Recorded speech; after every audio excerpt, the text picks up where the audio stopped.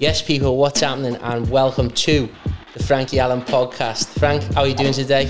I'm doing fine, thanks. Looking forward to this. This is in our new studio, which people might be looking at is saying, well, you know, is Frankie a millionaire? Is his studio on the border of Switzerland and Austria? Or is it on the border of like Canada and the US? Or on the border of Monaco and Monte Carlo? No, actually, this studio is in my house. And the house is on the border of Norris Green and Walton in Liverpool. Nice one. To anyone who doesn't know, a lot of people say Frank is a wool. I get those comments a lot, trolls. Well, I've never heard anyone calling me a wool. I live in Liverpool. I've never lived outside the city boundary, whereas you've never lived in Liverpool. You've always lived outside of the city boundary. You come under this fucking Sefton thing, which is like a terrible woolly back council. You're lucky that you teach, you know, that you speak Scouse, because like, you're with me a lot of times when you're a kid. But most of the people up where Will lives talk like half Scouse, half like Formby, and they go, I'm going down the road today, going down the road. Oh, nice, and you can fuck off first of all. But secondly, I have heard a lot of people. Will is a wool, actually. People are saying Frank, Will is a wool. Frank's from Norris Green. He's actually from Runcorn. I'm not from Runcorn. I've always lived in a city centre. Always lived in Old Swan, Wavertree, Kensington. Never lived anywhere. The only other place that I ever lived, really, never lived anywhere in Huyton and Bootle. You know, I've lived everywhere inside of Merseyside, not outside like a terrible wool, which is Will is a terrible Well, what wool. we need to do, obviously, there's going to be people all over the UK watching and listening to this. Can you explain what a wool is? A wool is it's kind of like a woolly back, and it was actually derived from the dockers that used to carry sheep on the backs, carcasses of sheep that still had the fur on, the wool on. You used to get wool on the backs, they're called woolly backs. But over the years, it's evolved to mean anyone outside Liverpool who kind of looked at, the Scousers looked down on a little bit, like kind of people in Wigan, maybe St Helens, the talk, you know, very Lancashire. So they're called wolves. So if you live in Liverpool, you're a Scouser, you don't have to be called a wool. You know, look, if you're a Scouser, please comment below. Where does the wool boundary end? The wool... Go on. Anyone can be a wool. I mean, I've been with mates from Liverpool. I've been up as far as Newcastle and Sunderland. And I've said, they're a good crowd here tonight. On the way home, they've gone, yeah, they were a good crowd considering they were wolves. Who said that? Well, I'm talking 30 years ago. How do we know who said that now? I'm just curious. How can I remember? People call people outside Liverpool wolves. Got you. Didn't you know that? Nice one. So look, if you're watching, obviously you've seen the new podcast setup and where we are. If you are listening, I'll just give you a bit of a background on like what this is looking at like right now. So I'm getting some work done on the house. We're deciding to do this podcast today from Frank's. He's laughing his head off because how long is this taking me to get ready? Well, it's got like obsessive compulsive or some fucking thing like Raynaud's disease. He's got a mad thing where he's mental, he's insane. And it's took him like all day to do this. And he does one thing and then he goes, oh no, now we need another light. So we get the other light and he goes, now we need the volume. Now we need, can you move? I'll move this over here. Move that down there. I need the camera. Oh, it's not in focus. Turn that light off. Let's pull the blinds. And he keeps thinking, his mind is keep thinking of different thousands of things to do. Till in the end, like 2 hours has just gone, doing nothing. Nice one. So anyway, we've got it all set up in the end. Frank's actually come up with this ingenious way to house the microphones in a button on the couch. In one of the buttonholes on this Chesterfield, we were trying for ages to kind of like get these tripods and stands set up, and it wasn't working. I just went like that, you know. Intelligent, clever Scouts, so just put it in the buttonhole in the Chesterfield. It works great. Nice one. So if you're listening, we've got me and Frank sat opposite each other. Hopefully it's a little bit better because we felt like we were sitting next to each other like... But Will's, we couldn't do it in Will's. Ideally, we normally do it in Will's most of the time, but he's getting a bit of building work. In fact, when Will was leaving Crosby before, when he was leaving Woolland, 2 horses and a cart pulled up with some building material for the house in Woolland. Fuck off. So anyway, we're sat on 2 red leather Chesterfields here in Frank's in Walton. We've got a nice array of pictures behind us. Frank, so 4 pictures behind you, right? One of them is of Elvis. Are you a big Elvis fan? I'm a big Elvis fan. Elvis, he died on the 16th of August, didn't he? And I was in Ibiza when he died in 77. I remember feeling very upset, very sad. I'm a big Elvis fan. And a lot of people may not remember, but when he died, different like trolls, well, not trolls then, but different radio DJs went on the radio and were taking the piss out of Elvis. And a few of them got like filled in when they finished work. People were waiting for them outside to give them a belt because people idolised Elvis. Madness. So we've got Elvis here. We've got 2 gangster pictures. Which Marlon Brando. First one is The Godfather, yeah. Got The Godfather. We've got this picture here of Goodfellas, which is a great favourite film of mine, one of my favourite movies. What about Marlon Brando? Similar thing? Similar thing. He played The Godfather, didn't he, obviously? And then this one is, I don't really understand that one. It's Planet of the Apes. Planet of the Apes. If anybody can remember the fun pubs in the 80s and 90s, they were fantastic venues for a comedian to work. They were a big room, huge room that held 300 or 400 people. They had a cross-dresser, transvestite gay DJ on, which people used to flock to see because in those days it was very, very unusual.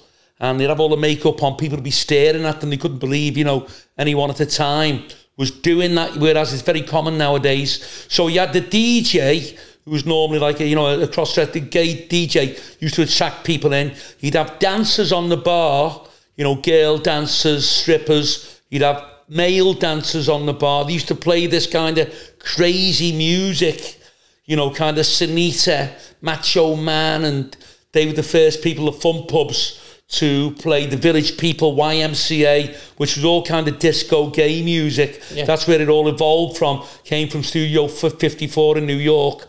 And they always had kind of a comic on. And it was great for comedians because the crowd were all young. They'd all stand in front of the bar. And you went on the bar. I used to get up on stage on the bar, entertain people. You only had to do 20 minutes because there was that much to do during the evening, that many different things on. Many times I was on with a fella called Ronnie Gastrick, and what he used to do, Mr. Methane his name was, and he got a tube. Now don't forget this is like 86, 87, but I'm not sure if people would go for it nowadays. Yeah. But people used to flock to see him, and what he used to do was get a tube with methane, which is this gas thing, stick it up his arse on the stage, and then he'd fart and he'd light it, and the flame would shoot about 20 feet across the room. And then he used to play tunes with the methane, farting with the mic and do all this crazy stuff. It lasted about half an hour, yeah. Was he famous? Famous around the clubs, called Ronnie Gastrick.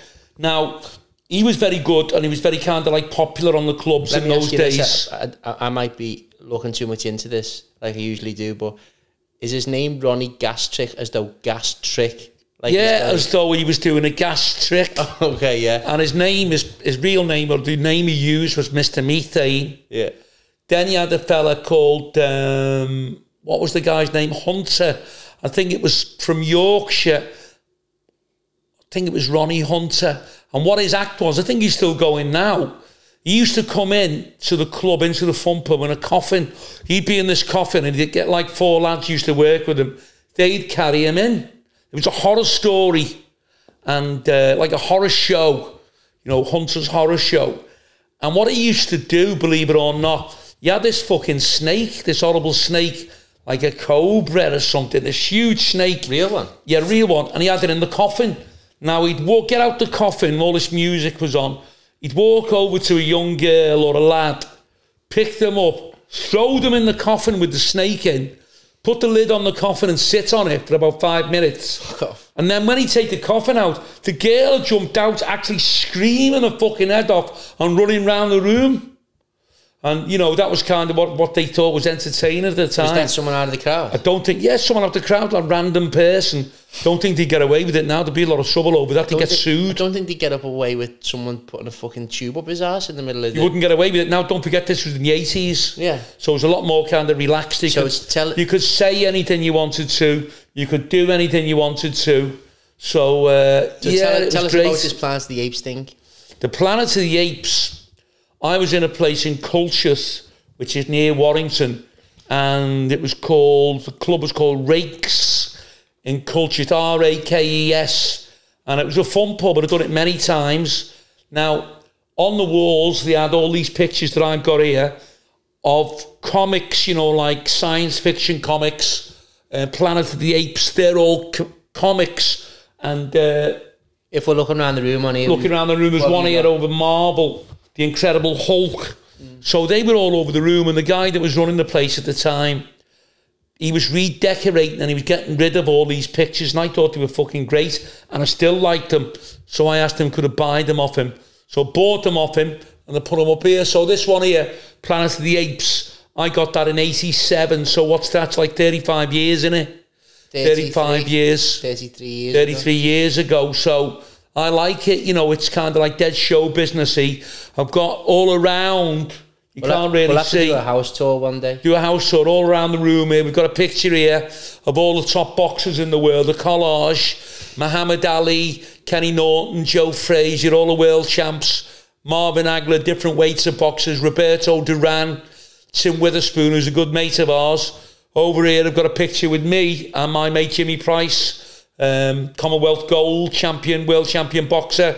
Got a picture of Will when he passed out from the Lipper Paul McCartney College in Liverpool Philharmonic, getting his diploma off Paul McCartney. So I try and keep it all kind of show businessy. Over here there's a picture of me with a mate of mine, Dino, and Julian Littman, the actor, a still from the movie we were in. Is he a big deal, Julian Littman? Julian Littman's a big deal. A movie we were in, which was filmed in Liverpool, called Al's Lads, and I was in that film. I played Al Capone's bodyguard. Whoa, wait there. We're going to have to stop on that one and go off on a tangent. So yeah. People won't be able to see this either on the video or the podcast, clearly. But there's a huge fucking picture above Frankie's fireplace in his house when you walk in, which is basically 3 gangsters, and Frank's playing one of them. He's got a huge gun in his hand. Your actual mate, Dino, is on the other side, isn't he, with a huge gun in his hand? He's got a big gun. And who's the guy in the middle? The guy in the middle is Julian Littman, who's quite a famous actor, really. Now, it was an international film, you know, it won something at the Cannes Film Festival, 2001, and it went on general release in North America. What was it called? It's called Al's Lads. Yeah. And it was a story set in the 20s, 2 Liverpool kids who go over on the Queen Mary or whatever to New York, and they get involved with Al Capone, and one of them's a boxer, and Al Capone and his cronies kind of back him to fight for the world championship. And it was a great movie, and I was kind of like really pleased, really kind of proud that I was in it. And it was a strange kind of quirk of fate accident that I got in the movie anyway, because I went along there as an extra, and they had about 100 extras for the crowd scenes. And the guy who was the producer, can't remember his name, and the director came over to me and said, look, I know you're a comedian. They knew me a little bit, you know, and they said, but you really look like a fucking, you know, Italian-American gangster, and we'd like to put you in the movie. Could you talk a little bit? And they put me in the movie as Al Capone's bodyguard. And Dino, who's a good mate of mine, he is like Italian anyway. They got him in as a gangster as well. So we got picked, the 2 of us got picked from 100 extras because we looked like real-time gangsters. So that picture in the back of an American car from the 20s is us with 2 Thompson submachine guns. Madness. So have you watched that film back? Have I watched it? Yeah. Yeah, of course, yeah. If anyone was watching it, it would be hard to find you in the film, though, wouldn't it? It's like a short. But look, it's like anything else. Anyone who's ever been in a movie, a lot of people, it's heartbreaking, really, because just for instance, the scene I was in, I'm in the back of this American car from 1928, really authentic. I don't know where they got it from. It was filmed outside St. George's Hall in Liverpool, which was supposed to have been doubled as City Hall in Chicago. They had a big American flag outside. They had guys dressed as American cops walking up and down. Everyone who was in the crowd scene was dressed authentically as 1925, 1930. I was in the back of the car doing this scene with Al Capone, spoke in it, Dino's in the back of the car. They had a fucking big rain machine making it rain. It took 2 days to film it. I ran out to the back of the car because Al Capone's son had been held to ransom. I was delivering the ransom. So I ran up the steps of the city hall in the fucking rain. I had to shout to this guy, drop the money, drop the money. He dropped the money, and I pulled the gun out, and Al Capone shouted, no, Frankie, no. And I got shot. It was a fucking great scene. I thought, I can't wait for it to go on the pictures, because everyone that sees it will recognise me in the movie. I'll get all my birds that I used to go with, all my ex-birds be phoning me up, trying to get back with me, all that kind of stuff. I'll be going out, everyone will be shaking my hand, there'll be famous birds will be on my case. Yeah. No. They cut the whole fucking scene out. So when I watched it, I'm Did going... they let you know that? No, it's just that they're just crazy, these film people. When they make a film, the film runs for about an hour. They film about 3 hours of stuff, and then they edit it. They just look and they go, drop that scene. And it may have taken a week to film it, with thousands of people involved. So the scene I was in, they just dropped it. It was heartbreaking. So this was actually a still. This is all I'm left with. I managed to get hold of a still, an outtake from the film, black and white. Yeah, it's a cool picture, that, to be fair. So so that was kind of like, it put me on a real downer. And then when I actually got shot on the steps of St. George's Hall, which was supposed to have been the City Hall in the States, I really fell, and cracked the fucking rib. So I was sick for about 2 or 3 days after that, you know, so put an awful lot into it, and it got fucking deleted. So, yeah, I'm going to have to keep going on a tangent about these photographs, because I'm looking around Frank's room now. What have you got? Yeah. There's a picture on your mantelpiece of just you and Frankie Fraser together. Yeah, well, Frankie Fraser, if anyone can remember him, was a London gangster. And he was a kind of a hitman for the Cray twins in the 60s. And I got to know Frank because he was going around the country doing his speeches. You know, he raised a lot of money for charity when he got older. He'd done 40 years in prison, and for certain things, which I wouldn't like to go into really. He'd done his time in prison. He came out and he went round the country raising money for children's charities. And I got to know him, and he liked me. And when he came up to Liverpool to do some shows, he always kind of stayed here, which was a good thing in a way, but it was also a bad thing, because he stayed here and he was like Britain's biggest gangster. And I got to know him. We used to do a lot of shows in Kirby for a good friend of mine, Tommy Nash. He stayed with Tommy Nash one night, but he stayed here a few times. Because I got to know him, I must have been put on some kind of fucking list. Because every time I went out after that, the police used to follow me and stop me. So, and then one night I was talking to you. I was in Yorkshire, talking to you on the phone. And I said, all right, Will, how's it going, son? What have you been up to tonight? The next thing is, everything I said got played back to me. So I must have been getting fucking filmed and tape recorded and whatever by the police. And for no reason, really, other than I was a friend of Frankie Fraser. But it was a friend of Frankie Fraser because I worked with him. I got him a lot of work. So what was the sketch? He used to be what, like the headline ticket seller on the show, and you'd be like the comedian on the show? They used to come, people used to come, Manchester especially, Liverpool, all the working class areas, to see Frankie Fraser, because he was a living legend, but he was a gangster, a real-time gangster.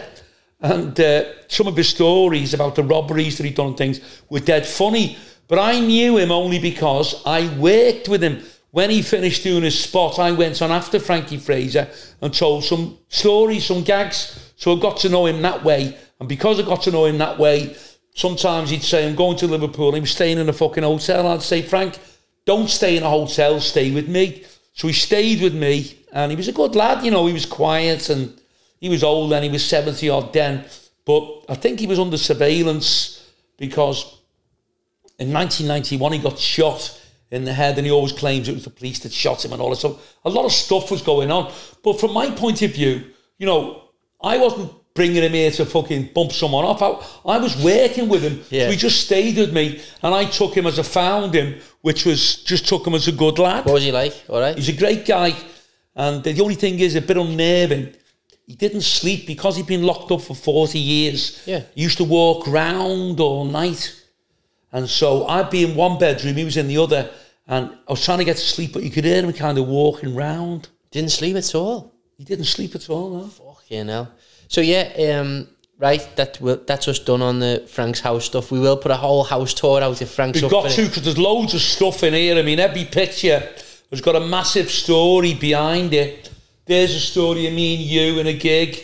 Don't remember where that was. That's it. That picture's in there. There's a great story Norwich. of me and Roberto Duran, the Panamanian world champion boxer, on the mantle there, on the mantelpiece. And I got to know him as well. You know, he was a good lad. He came along. I'd done a show with him and his son, and got speaking to him in Spanish, got on great with him and got speaking to his son. And his English was quite bad at the time. So his son had to translate for him. So he'd done a little bit of that, but I managed to like ask him a few questions in Spanish, and I translated it into English for the lads. But I'm sorry I'd done it in a way, because when I was speaking Spanish, I think a lot of the lads couldn't handle it, just thought it was a bit strange, you know, because they'd already been on telling jokes and things. And a lot of people kind of recognise you as doing one thing, and they don't think that you can be multi-talented and you can do 2 or 3 other things. But it wasn't like posing or anything. Yeah. I was only speaking Spanish to him on the mic, asking him questions, so the lads could understand a little better. Nice one. So yeah, let's talk about what's been happening today. So fill us in on your morning.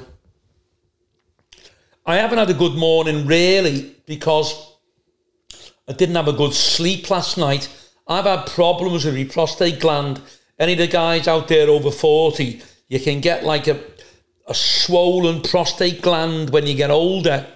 Now, one of the reasons for this, you won't believe this, it's quite funny, is supposed to be because you haven't had enough sex in your life. So your prostate gland gets clogged up with fucking semen. So I thought, well, I'm not going to cure myself, jacking myself off all over the fucking house. But it can be very painful. And sometimes at night, you get what you call frequency, where you're running the toilet all the time, you're weeing all the time, so you can't get to sleep. So I get to sleep anyway late. But last night, I got to sleep about 4 o'clock. Fucking hell, that's every day. A bit of pain. I woke up, I felt okay, felt a bit lousy. Went up to McGull for my breakfast with my mate, Young Dave, who's a star in his own right. Young Dave, he got his own fan club. Young Dave, he looks like David Cassidy. He looks like, what do you mean he looks like David Cassidy? Anyone who knows David Cassidy, but we call him Young Dave. He's like David Cassidy without the hair. So you went for breakfast, what did you went eat? for breakfast, I got scrambled egg on toast, only one piece. Now, Will tell you, it's very strange this, it's a miracle really I'm alive, because I don't eat any food, do I? No. How much, tell him, Will, how much do I eat? I reckon, yeah, but he'll say that he won't eat anything and then go out for a big, huge chippy, like at like 9 o'clock at night or something. But I reckon an average day, you'll have the tiniest breakfast I've ever seen anyone eat. A latte. You might have another latte later on, and then get some crisps and a sandwich like at like 10 o'clock at night. Is That's that correct. Right? I've given up on the chippy. I never go to chippy anymore. I've lost weight and wanted to lose a bit of weight. What I normally do, if you want to know the truth, I'll tell you the truth. I'll have scrambled egg on toast in the morning. At night, I'll have a sandwich. I'll go out to the garage and I'll get a cheese sandwich and a packet of crisps. And then I'll go to my mate Jimmy Price, as the boxer. And normally Jimmy's kind of like very hospitable, and he always gives you loads of coffee and loads of biscuits. So that does me for the day. I don't really have any proper meals. Like people sit there having a fucking big thing that was like a Christmas dinner. I don't do that. Yeah, I was FaceTiming you last night when I had a huge roast. Will had this big roast. I felt a bit jealous. Made me feel a bit hungry. But I'm not into like big fucking Sunday dinners and things. So yeah, basically Frank's been out for his breakfast. I was editing the vlog this morning, and then I was showing it to Frank. So the vlog will have gone out by the time this podcast goes out. The Blackpool vlog. It's of when we went to Blackpool on the 29th of November 2019. I just want to roll back first of all, though, to the Carlisle vlog last week. Obviously, we did a podcast discussing the whole thing. Since then, Kilvo, who's the support comedian for us, James Kilvington, has had a clip from that video that's gone viral. It's 500,000 views in a day. Tell me, first of all, did you know that was going to go viral, or did you have a feeling it could be if you clipped it from the main vlog. We've spoken about this last night and a couple of times, and you'll see it on the Carlisle vlog. The Carlisle crowd are a little bit rough. They were great people, but one section of the crowd on this table with these lads that were kicking off, I knew straight away as soon as I went in, they were going to kick off. So I warned Jimmy, he was on first, he was ready for him. But a fella came on stage trying to grab his ears, was pulling his ears, and we were going round in a circle, and Jimmy was shouting to the crowd, do you want me to fill him in? And he's a good lad, Jimmy, he's a handy lad.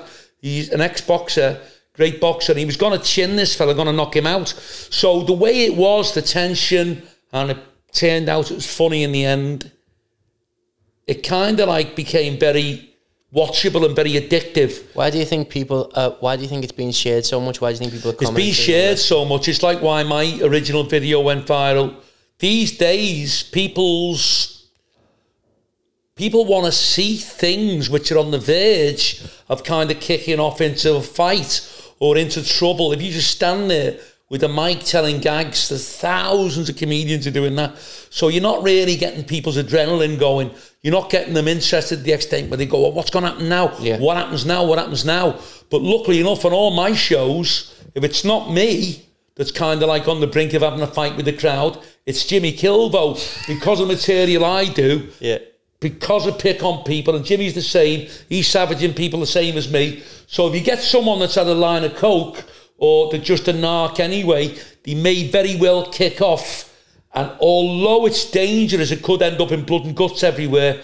More often than not, it just ends up with a little scuffle, which looks great on camera.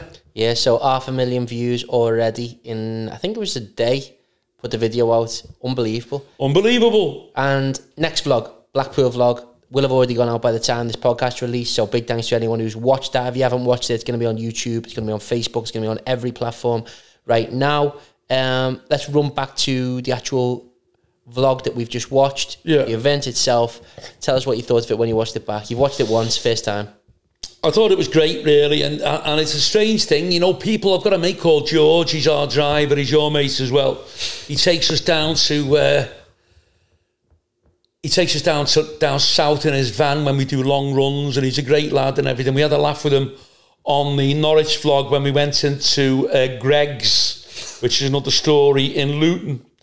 But George, he's always saying things which are fucking rubbish, which aren't true. Like, he rang me last night, he said, you'll be working next week. I said, why? He said, they're going to lift all the restrictions on comedians next Monday. Just not fucking true. Just rubbish. So he comes out with these things, and then he came out, he said, oh, you're on the Central Pier next week in Blackpool. I said, yeah. He said, well, it's hard to get to. You have to walk about a mile down the pier through an amusement arcade. And we didn't. You don't even have to do that, no. You don't have to do it. Then he said, then you've got to walk through this pub called the Merry England. The Merry England's fucking miles away from the place. So I don't know why he makes things up. George, stop making things up, mate. So yeah, we started the Blackpool vlog. Me and Frank are driving down. You'd forgot the wristbands. Obviously, I was subtly having a dig at you. We had wristbands the other night. Was it up at Bradford the other night? The night before we were at... We had been to Carlisle. I'd left the wristbands in your car. Yeah, well, I couldn't find them, these different coloured wristbands. You took everything out the car. I took everything out the car because round here, I'll be honest with you, I've been burgled 3 times here. You've got to be very careful. Certain parts of Liverpool and any major city really in the UK, you can be burgled, and this is a bad burglary hotspot. I mean, I'm not being funny. While we're speaking, someone might try and get in now, but be careful. So I didn't want to leave anything valuable in the car in case the car went or it got pinched out the car. So I put everything under the stairs in this cupboard, and I just couldn't find the fucking wristbands, but we found them the next day. You found them the next day, yeah, they'd been here. But anyway, Kilvo had been at an office show in the afternoon. Basically what had happened was our mate Ali, who owns the Quayside Exchange in Sunderland, someone had been in touch with him from and basically asked if you would do a show, first of all, if Frank would do a show on this office show for and I was like, nah, it's not our vibe. Like, you don't want to put Frankie Allen in the middle of an office show. Anyway, he got in touch with Kilvo. Kilvo goes to this fucking office in the middle of in the middle of an office. First of all, you know, I can see your face looking at me thinking, oh, like, have you ever done shows like that before? Well, I've done thousands of shows, especially these people who kind of break up at Christmas from the office. They literally haven't been out all year because they're the kind of people who all are doing is saving every fucking penny in the bank to pay the mortgage on a huge house, and on the car, leasing the car, sending the kids to private school. So they never have any disposable income, so they never go out. So when they come out once a year at Christmas, you have a bad time with them because they're very critical. You know, they look like, make me laugh. They only belong to... This was in an actual office, though, you know? Yeah, I've done it. I've done work in offices, you know, worked in offices and canteens and kind of like marquees. They're just bad people and not a good crowd. They're snobs. They're looking down the nose at you, probably because they knew Jimmy was a smoggy from Middlesbrough, working class lad. Probably because when he opened his mouth, he had a bit of an accent, and they probably knew he didn't agree with them politically. And they got anything at all that he said, they were shouting out. This girl was in there, he said. Racist, sexist, misogynist. And I won't do for those bastards anymore, that kind of crowd. I just tell them to fuck off. They're just fucking dickheads. He said this girl was in there, yeah, and he said she had a big pair of headphones on, like ones that I've got on. Yeah. Now. He said, and he went, fucking hell, love, you come to a comedy show with a pair of Dre Beats on, right? So then he said everyone started laughing. He said, but people were like looking around, and he said, I was thinking, what the fucking hell? Like, I was only having a bit of a laugh. He said, then this woman phoned him and said, excuse me, James, we've had a complaint. The girl you said had Dre Beat headphones on. She's deaf. Yeah, and she's got a hearing complaint, so she has to wear them. But didn't some twat complain to the fucking police because he said something? No. On one show? No. Oh, I thought he did. No. There was another one, something that he did, or they wrote him a letter, don't you remember? Oh, yeah. They wrote him a fucking letter. This fucking scrubber in this club somewhere up in the northeast, Jimmy was on, Jimmy Kilvo, doing his thing. Some bird Meatloaf. He just called a bird fucking Meatloaf, or whatever the fucking... Like a stupid little silly, innocuous, funny remark. Yeah. And the bird went, oh, my daughter's profoundly disabled. And Jimmy said, I'm not talking about your daughter, love. Talking about just doing this thing about Meatloaf. And she went, I'll get the police. Fucking dickheads. Yeah, so he had to take the video down, I think. He had to take the fucking video down because this fucking scrubber moaning about her fucking daughter or something. Fucking pricks. Anyway, goes to Blackpool. There's no arcade there whatsoever. George was just talking a load of nonsense on there was no fucking fruit. We didn't have to, like, climb over fruit machines to get into the venue. The fucking arcade was somewhere else. So it goes into this venue. It's really, really nice. Well set up. We've done a bit of a rearrangement on the chairs, so it was much better. The actual show itself, tell us about it. The show itself in the room, it filled up. We got lads coming down from Fleetwood and Blackpool got a bit of rivalry together, friendly rivalry over the football. So that made it more kind of like a bit more energy into the room. There was quite a few women, the Birds there that night. So I had to go with the Birds, Savage the Birds, and they were a fantastic crowd. Yeah, it was great. And backstage, you were laughing on the video just gone. I was laughing on the video because for some reason when Kilvo and Will get together, probably because they're the same age, they try and pick on me in the dressing room. I was just sitting there doing fuck all. The next thing is Will found this kind of like, one of these polystyrene heads that you put wigs on in the hairdressers, like a fucking mummy, whatever you call it, a fucking blow up fucking thing or whatever it was. And he put it next to me and said, oh, here's your double. Then Kilvo started kicking off on camera, saying, look at the bulge on him, look at the bulge on him. Look at, and I've got a fucking big bulge. He said, because obviously I was captioning it, Right. So I phoned him, I said, Kilvo, what does it mean when you say, look at the root on him? And he went, the fucking root. He went, like a big fucking root, like a celery. Like a what the Yeah, well, look, I looked at the camera. It's just me pants. Your pants fucking ride up a little bit when you're sitting down. I didn't have a fucking hard on. I didn't have a fucking whatever it was, a dildo or some fucking bulge. I haven't got a big bulge. Fucking hilarious. Anyway, the show itself, there was a fella at the front. He had a big mad afro, white fella. Oh, yeah. And he was taking it really well, wasn't he? So you just kept hammering him. He was a good lad. I mean, a lot of people, you know, you can have a go at him and he just laugh like fucking hell. You know, I think a lot of places now have got to the stage where they're fed up of all, like, don't laugh, you can't laugh at him, or don't pick on him, he's only got one ear, or don't say anything to him because his dad died 15 years ago in a car crash, so don't mention cars. And you've got people, like, walking around, you've got these cranks now walking around saying you can't pick on, like, you can't mention inanimate fucking, you can't mention a tree, don't mention trees. What's the weirdest one anyone's ever said to you, talking about people saying, oh, so-and-so's dad died in a car crash like 20 years ago or whatever? Has anyone said anything like that before? The show, you can't say X, X and X?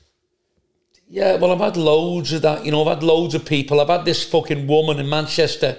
We were doing this show one night, and it was a comedian show. There's me and 3 other comedians on. And I went on, and I said something about, a joke about how my son was in school last week, and this woman went, no, why? And like just screaming, fucking howling, crying. So then another fella kicked off, why did you mention the school? Just do the fucking joke. Yeah. So she got dragged out by the security and this fucking fella got as it turned out, all right, the son had died 10 years before and he died in school.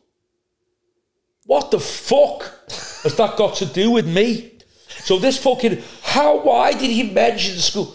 So it's got to the stage now with this PC thing, so fucking ridiculous. Yeah. You've got to be so careful, you're walking on eggshells. The amount of things that you can say now without getting fucking put in court for, against the things you can say, it's like the amount of things you can't say outnumbers them. So it's going to reach a stage, if this carries on, where you'll have to walk on stage and go, good evening, hello, and you won't be able to say anything at all because someone will say, you're being offensive to a man with dark hair. Yeah. Or you're being how dare you say something to my son? How dare you say that he's got 2 legs?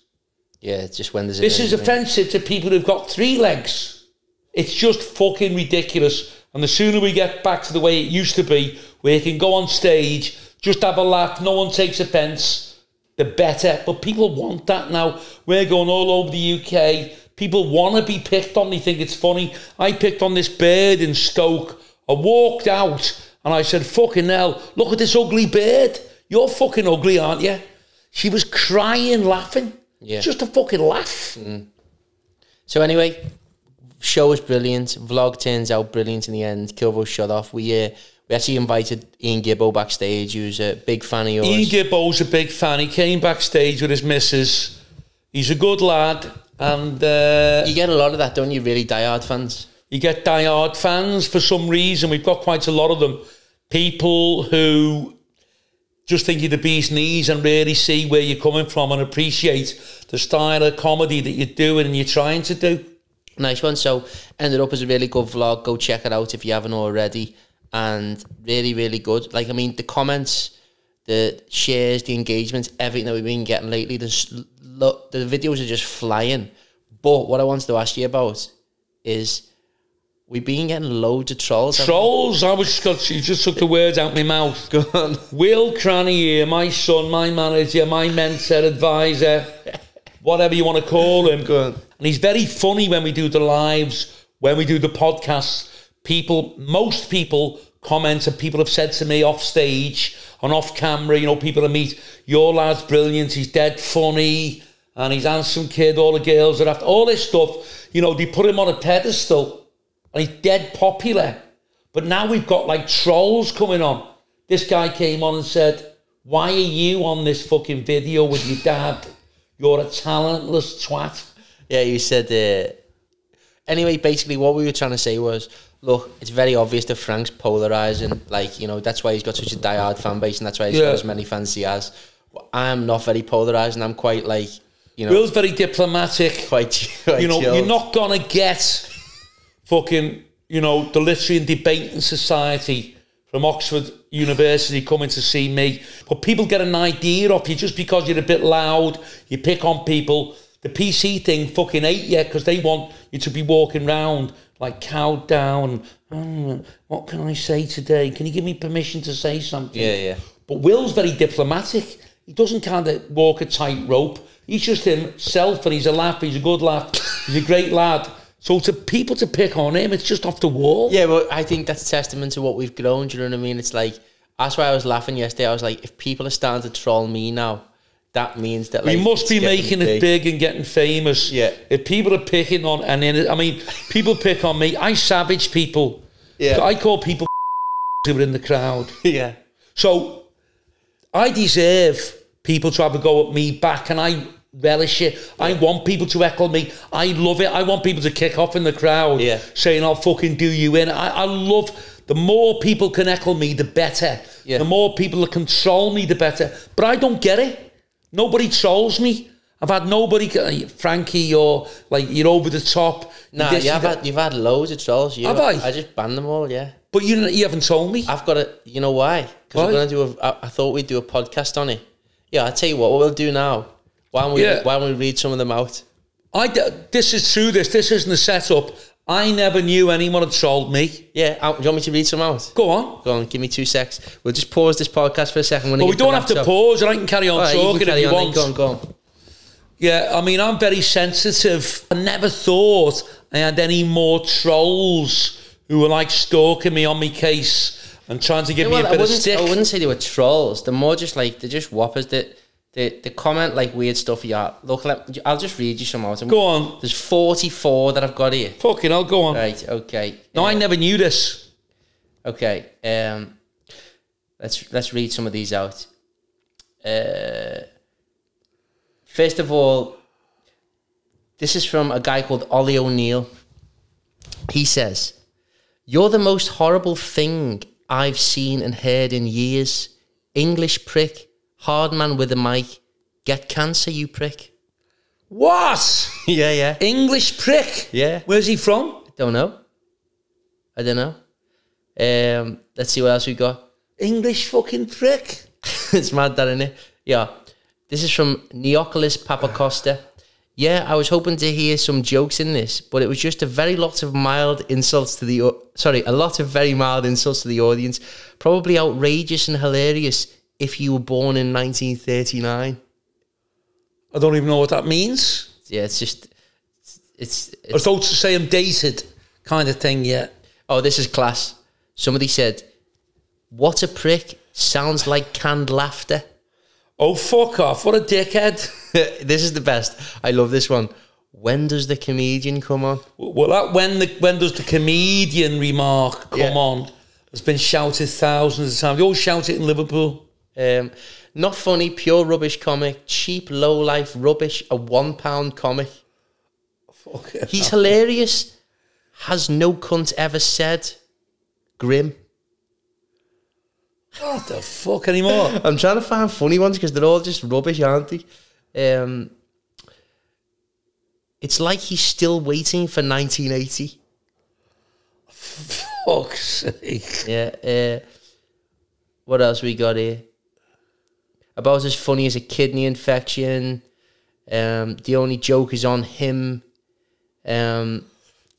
Oh, sorry. This is the one about me. This is class. Okay. "Loved this bloke 12 months ago, but bored of the vlog and his annoying, talentless son banging on about nothing, ruining Frankie's undoubted talent." Well, I agree with that one. That one I agree with. He's ruining my undoubted talent. That's hilarious. So, look, this is what I want to ask. Why the fucking hell do you think people are trolling? What? I don't know, and I'm very surprised. Obviously, Will tell you I'm very sensitive to any criticism off stage, and it worries me. You know, I always think, oh, I don't want to get a bad name, and you know, the world of comedy. I love the world of comedy. So I didn't think I was getting trolled. I didn't think we'd come and people calling me an English prick. What does that fucking mean? Fucking twat. I hope I bump into him because I'll give him a good eye. I'll just knock fuck out of him, whoever he is, the cunt. So if you're watching this, mate, the fella called me an English prick, meet me somewhere. I'll take my shirt off and I'll knock fuck out of you. You horrible cunt. We were talking earlier though, because Kilvo rang, and he was like, Will, I'm getting trolled left, right and centre because this video has gone viral. And he was like, fucking hell, like, why would you troll someone? Like, what's the point? I was like, I've got no idea, mate. And he said to me, Dad, like, have you ever heard the trolls before Facebook and all that? And you I did the trolls, and the thing is, you were explaining about Mickey Finn and that. Mickey Finn, a good mate of mine, a comedian, he was getting trolled by people. But what he used to get kind of like heckled a lot in the clubs. People who can't, but he was very clever, Mickey. He used to come off stage and he'd make a beeline for whoever had been heckling him during the hour he was on stage. And he used to say, what's your name? Give me your name and give me your address because you think you were doing well. And the guy goes, yeah, you know, I was joining in with you. It helped it out. It helped you. I think I helped you tonight. So Mickey said, well, yeah, you helped me by ruining my act. So what I'm going to do, you can come round the clubs with me and you can go on first before I come on. And then, because you didn't think I was any good, we'll see how you make the audience laugh. And obviously the fella just went to pieces. But people criticise like that. And there's nothing they can do. That guy that was criticising me, can he go on a stage in front of thousands of people? He'll just be a fucking dickhead who's like an insurance salesman or something, like a prick or like a... So yeah, not to end there on talking about trolls, we want to kind of lighten the vibe a little bit. And also, I mean, we're giving a lot of airtime to these trolls right now, which they don't deserve. But 99.9% of people following the vlogs, following the podcast, following your stuff and enjoying it are really, really good people, and they really been loving it. So I'd like to give, you know, them a little bit of a thank you from myself, first of all. Okay.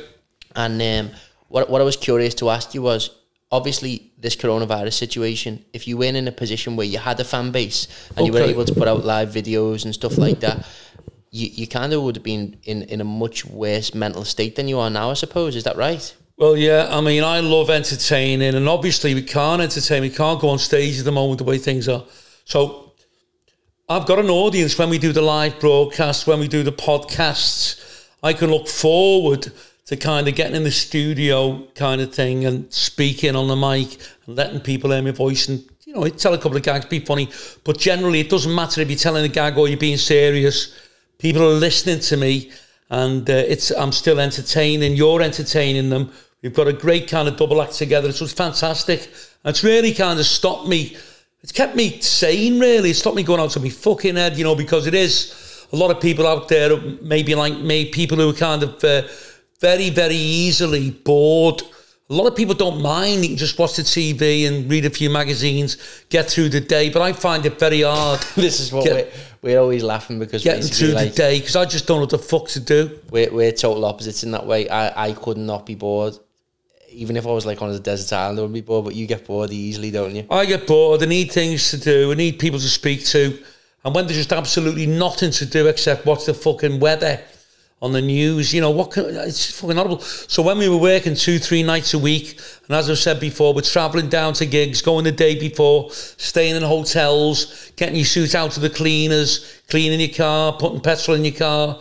So your whole week is caught up with being on the stage, being a comedian and working on gigs. Yeah. When that's taken away from you, you're left with virtually nothing. Yeah, but what I would like to say, a big thank you to everyone who's been following Frank during this period and myself. But it's really, really kept my dad's spirits up.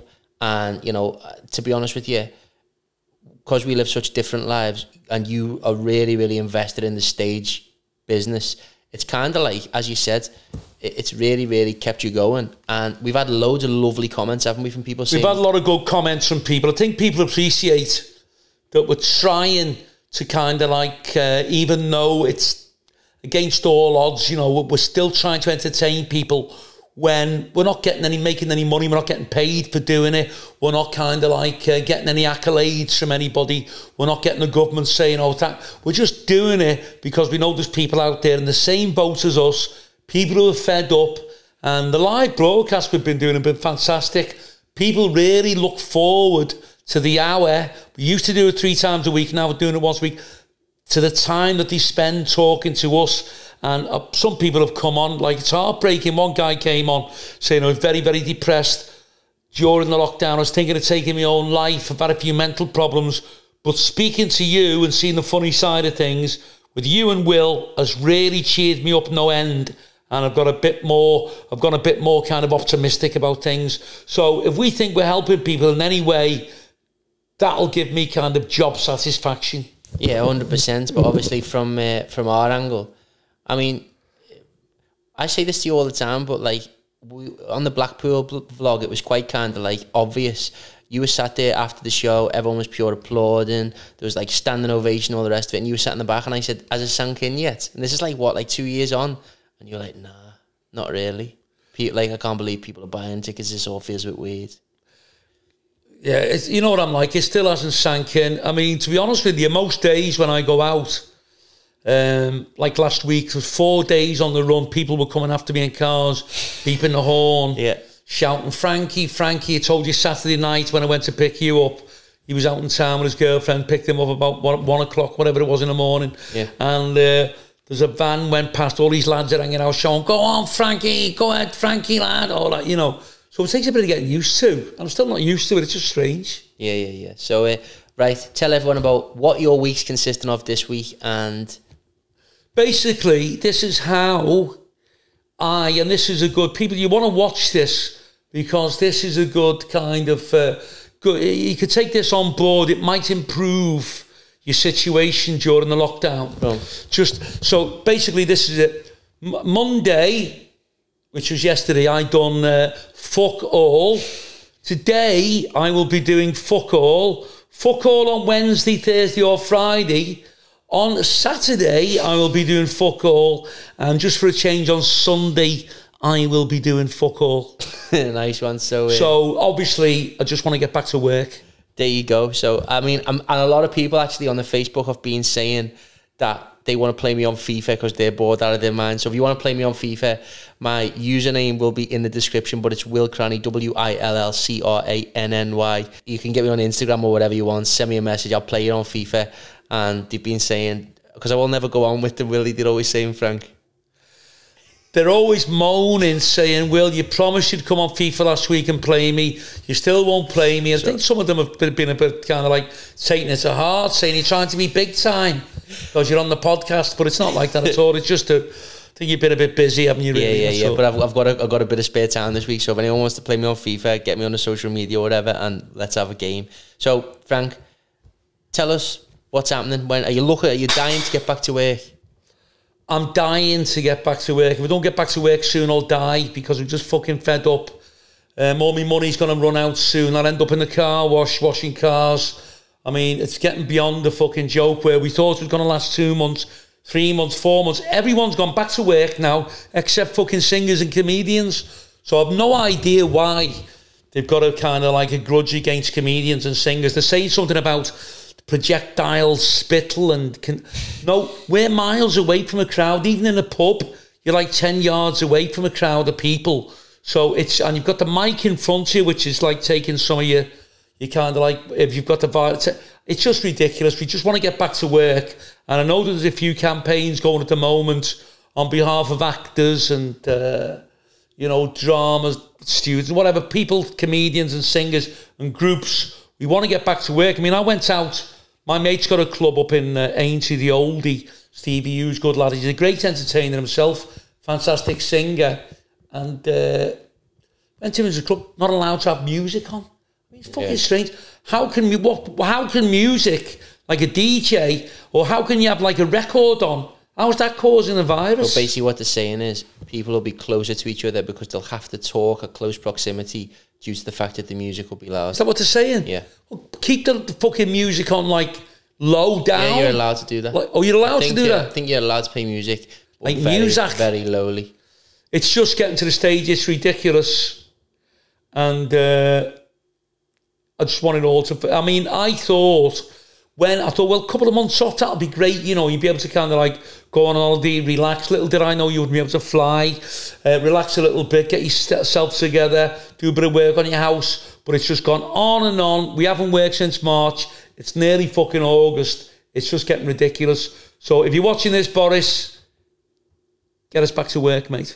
Yeah. So look, as I said earlier, if you do want to come to a show, all the links for the shows coming up will be in the description. We're talking everywhere from Kent to Cardiff to Swindon. And if there's anywhere you'd like us to come, please just comment on this video or below in the comments on iTunes, Spotify, wherever you're listening. Yeah. Send us a message on Facebook, Twitter. Tell us where you want us to come. We'll book a venue and we'll make sure that we get to your city or town once this lockdown's lifted. We want to go everywhere, don't we?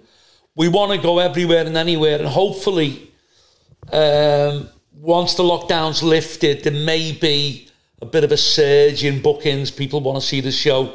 So, I mean, if it was up to me, I'd work every night of the fucking week. I just love working. So hopefully we'll be working at least 2-3 times a week. So just keep your fingers crossed and hope the restrictions get lifted. There's going to be an announcement made today, so let's just see what he says. Nice one. So listen, big thanks to everyone who's listened. If you're listening on Spotify, iTunes, leave us a little review. Tell us what you thought of the podcast. Really appreciate it. Get it shared on your social media. And big thanks to Will as our kind of like presenter today, interviewer, and their heartthrob to the birds. Eye candy, somebody called him the other night. and also talentless, banging on about nothing. Talentless, they called him, and he's not. He's a very talented guy. So thanks to our Will for organising everything and doing all the hard work today. Nice one. If you haven't checked out the Blackpool vlog, that'll be out now. If you are not subscribed to the YouTube channel, get yourself subscribed, fellas. Don't you think they should get themselves subscribed? Get on here.